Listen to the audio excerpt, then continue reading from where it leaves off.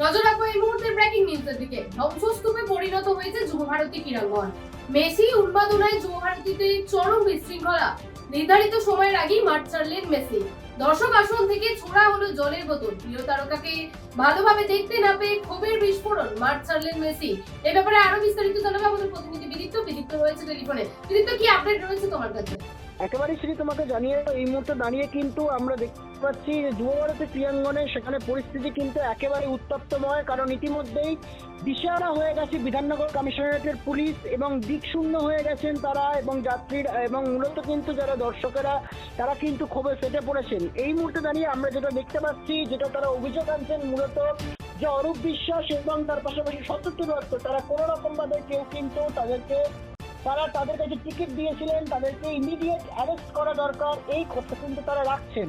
অন্য মুহূর্তে দাঁড়িয়ে কিন্তু আমরা দেখেছি আজকে সকাল থেকে বা গতকাল রাত্রির থেকেই কিন্তু একেবারে কর্তা মন্ত্রীদের ঘেরাটোপেই ছিলেন ফুটবলের এই রাজপুত্র লিওনেল মেসি, এবং সেক্ষেত্রে দাঁড়িয়ে কিন্তু চড়া দামে যে টিকিট নিয়ে নেওয়া হয়েছে এই টিকিটের অর্ধেক অংশ কিন্তু রিফান্ড চাইছেন এই মুহূর্তে দাঁড়িয়ে উপস্থিত থাকা দর্শকেরা, এবং সেই সঙ্গে সঙ্গে কিন্তু আমরা দেখছি ক্ষোভে ফেটে পড়েছেন তারা। চেয়ার থেকে শুরু করে তার পাশাপাশি যে মাঠের ফেন্সিং রয়েছে সেই ফেন্সিংও কিন্তু ভেঙে দিয়েছেন তারা, এবং অন্যদিকে দাঁড়িয়ে বোতল ছোড়া হচ্ছে ক্রমাগত এই মুহূর্তে মাঠে।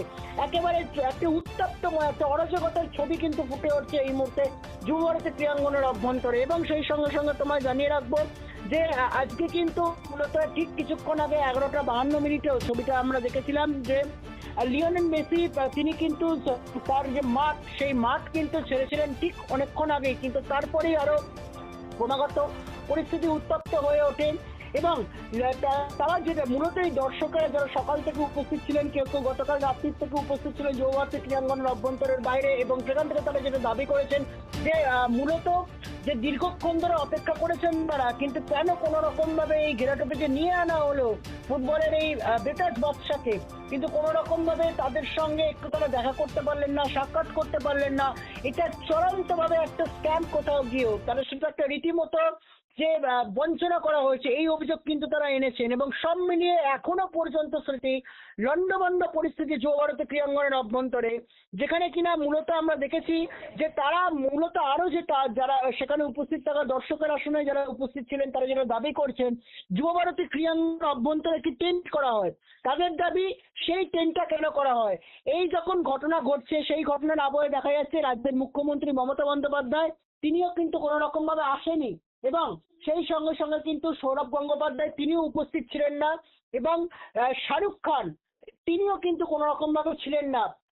এবং সরাসরি হায়াত রেজেন্সি অর্থাৎ এই যে অভিজাত যে হোটেল বাইপাসের ধারে, সেখান থেকে সল্টলেক প্রোগ্রামের দূরত্ব কিন্তু ওয়াকিং ডিস্টেন্সে মাত্র 2 কি 3 মিনিট। তাহলে এই জেলা কেন্দ্রীয় এই ঘেরাটোপে যখন ইতিমধ্যেই ফুটবলের যিনি রাজপুত্র লিওনেল মেসি তিনি যখন এসেছিলেন, তখন তার এই যে একেবারে কড়া নিরাপত্তা বলায় সেটা দর্শকরা কোথাও গিয়ে চাইছিলেন না। দর্শকরা চাইছিলেন যে 14 বছর পর যখন ভারতে তিনি পা রেখেছেন আরেকটু কানেক্টিভিটি হয়ে বা আরেকটু মূলত একে অপরকে মানে হাত নাড়িয়ে যদি কোনো রকম ভাবে কোনো কর্মকাণ্ড করা যেত বা কোনো রকম ভাবে সাধুবাদ জানানো যেত, এই প্রসঙ্গগুলো কিন্তু দর্শকদের মূলত অভিযোগ। এবং তারা এখন যেটা বর্তমান দাঁড়িয়ে যেটা একেবারে অভিযোগ আনছেন, তাদের কেউ কেউ দিয়েছেন 20,000 টাকা, কেউ কেউ দিয়েছেন 14,000 টাকা এই লিওনেল মেসিকে দেখবার জন্য।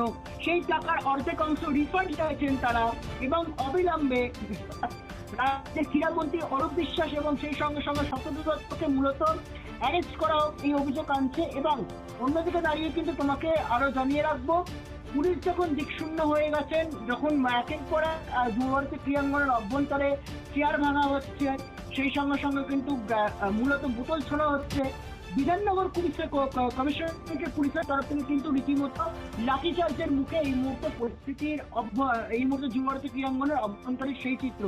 পুলিশের তরফ থেকে যখন লাঠিচার্জ করা হচ্ছে, পুলিশও কার্যত কিন্তু হাল ছেড়ে দিয়েছেন, দিকশূন্য হয়ে পড়ছেন। এখন লক্ষ্য করার বিষয় যে এই ভয়াবহ পরিস্থিতি যারা ফুটবল প্রেমীরা তারা যখন ক্ষোভ উগড়ে দিচ্ছেন, তাদের টাকা তারা রিফান্ড চাইছেন, কতক্ষণ নাগাদ যুবভারতী ক্রীড়াঙ্গন আগের সেই স্বাভাবিক ছন্দে ফিরে আসেন লক্ষ্য রাখার স্মৃতি।